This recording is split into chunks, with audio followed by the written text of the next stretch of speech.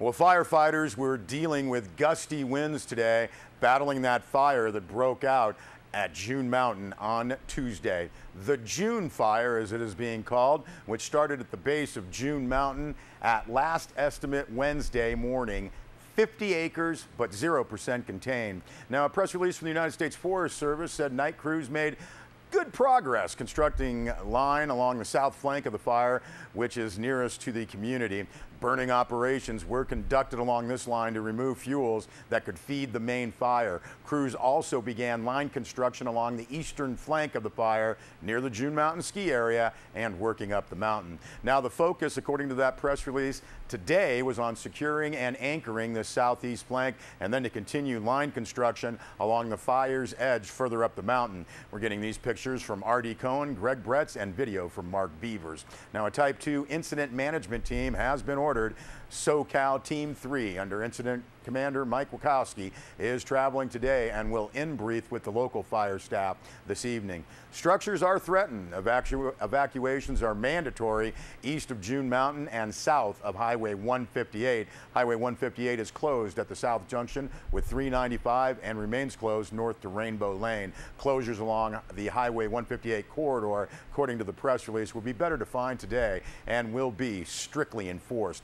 Now, there have been no reports of damage to property at this time, and structure protection is in place. Mono County Sheriff's deputies began escorts for evacuated residents today. Mono County Social Services has opened the June Lake Community Center as an emergency shelter. Now, June Lake and Gull Lake were both closed today for boats and flotation devices. These lakes were being used as dipping sites for aerial operations. The Reversed Creek Campground and the Gull Lake Campground also closed. Southern California Edison has powered down power lines. This was at the request of firefighters on Tuesday for firefighter safety. However, this is affecting cell coverage and power in the area. Now, numerous resources from the California Office of Emergency Services, CAL FIRE, Mono County, Inyo County, local fire departments, U.S. Forest Service, and BLM are assisting in the battle against the June fire. Now, the cause of the fire is under investigation. Sierra Wave Media has received unconfirmed reports that mowing was taking place and a spark from a rock that was hit possibly started the blaze. Now, we will update SierraWave.net as more information becomes available on the June fire. Meanwhile, investigators have determined the cause of the Conway fire, and that was vehicle related. Now, that fire was 50 acres and was fully contained Tuesday. That fire started south of Conway Summit on the west side of Highway 395. Also, two small fires south of the Sherwin grade along Highway 395 on Sunday, September 14th. Those fires, which were quickly contained, were also determined to be vehicle related. Now, vehicles can start fires in numerous ways: failing brakes, blown tires, faulty catalytic converters, or improperly towed recreational vehicles. The Conway fire was started by the result of a blown tire. Well, Bennett Kessler filed this story. Bishop Mayor Jim Ellis confirmed what a letter lines out. Colonel David Buckingham, former candidate for the Bishop City Administrator job, he has donated $4,000 to two Bishop groups. The City of Bishop and Colonel Buckingham had signed an agreement to pay him $38,000 for his losses that resulted from his first acceptance as city administrator and then the denial. Now, Buckingham's letter, written to Mayor Ellis and Mayor Pro Tem Pat Gardner, says that, quote, "Our recent financial settlement resulting from your council's change of mind after offering me the position of Bishop City Manager was based on my significant financial loss my family sustained after accepting the position of Bishop City Manager, accelerating my retirement from the Army, and preparing for a move to Bishop," end quote. Now, Buckingham says a large portion of that loss remains unrecoverable, but his subsequent move to Morro Bay as city manager, he said, allowed him to recover part of the loss.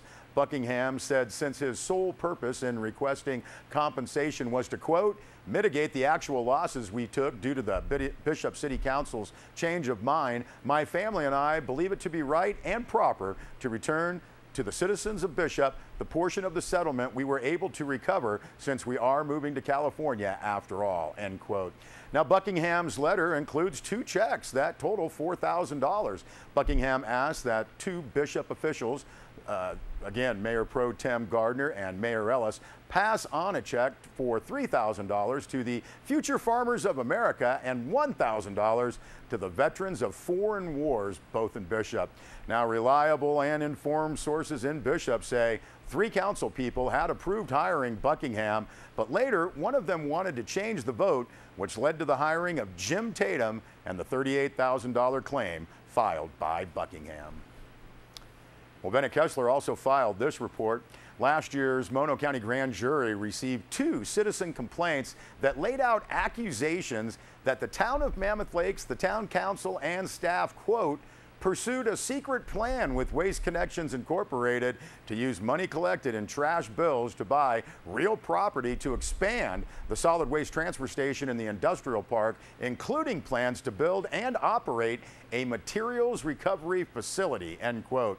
Now, the grand jury found that the town failed to discuss details with the public and did discuss details not allowed in closed session. The jury notes that real property negotiations at the industrial park could have been discussed in closed session, but that evidence indicated that the town council went much further into talks about solid waste issues, including a materials recovery facility and Mono County's concerns.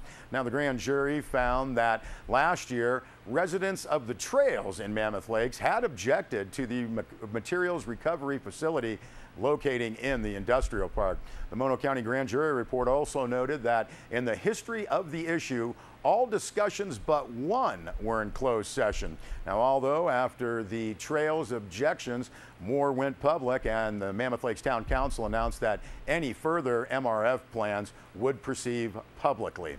Now, the Mono Grand Jury also found that discussions that went beyond the price and terms for an expansion parcel, quote, violated the Brown Act because they were, at best, only tangentially related to the proposed transactions. They were and are the public's business, wrote the jury. They could have been and should have been discussed in open council meetings where the public could participate, according to that grand jury report. Now, the jury recommends closed sessions of the town council should be recorded. Recordings should be kept for a period of at least 3 years, and the grand jury recommends more Brown Act training for the Mammoth Lakes Town Council. The jury recommends the council actively foster the principle of open government and, quote, always err on the side of public disclosure, participation, and discussion, end quote. Mono County Grand Jury report also recommends that citizens concerned about possible Brown Act violations by the town council, quote, may immediately contact the Mono County District Attorney for assistance, end quote. The jury says that the DA's office has, quote, assured the grand jury that it is prepared to investigate and resolve such matters expeditiously, end quote. Well, a fun weekend is in store as the Mill Pond Music Festival takes place at the Great Mill Pond Recreation Area north of Bishop. Music's going to start off on Friday night at 6:30 and then resume Saturday at noon. Hey, Saturday night acts are the great David Bromberg and also Gordy McKeeman and his Rhythm Boys. Sunday, the fun starts at 9:30 a.m. For a complete list of musical acts, the workshop tent schedule, and ticket information for the Mill Pond Music Festival this weekend, please see the website inyo.org. We'll be back with more news.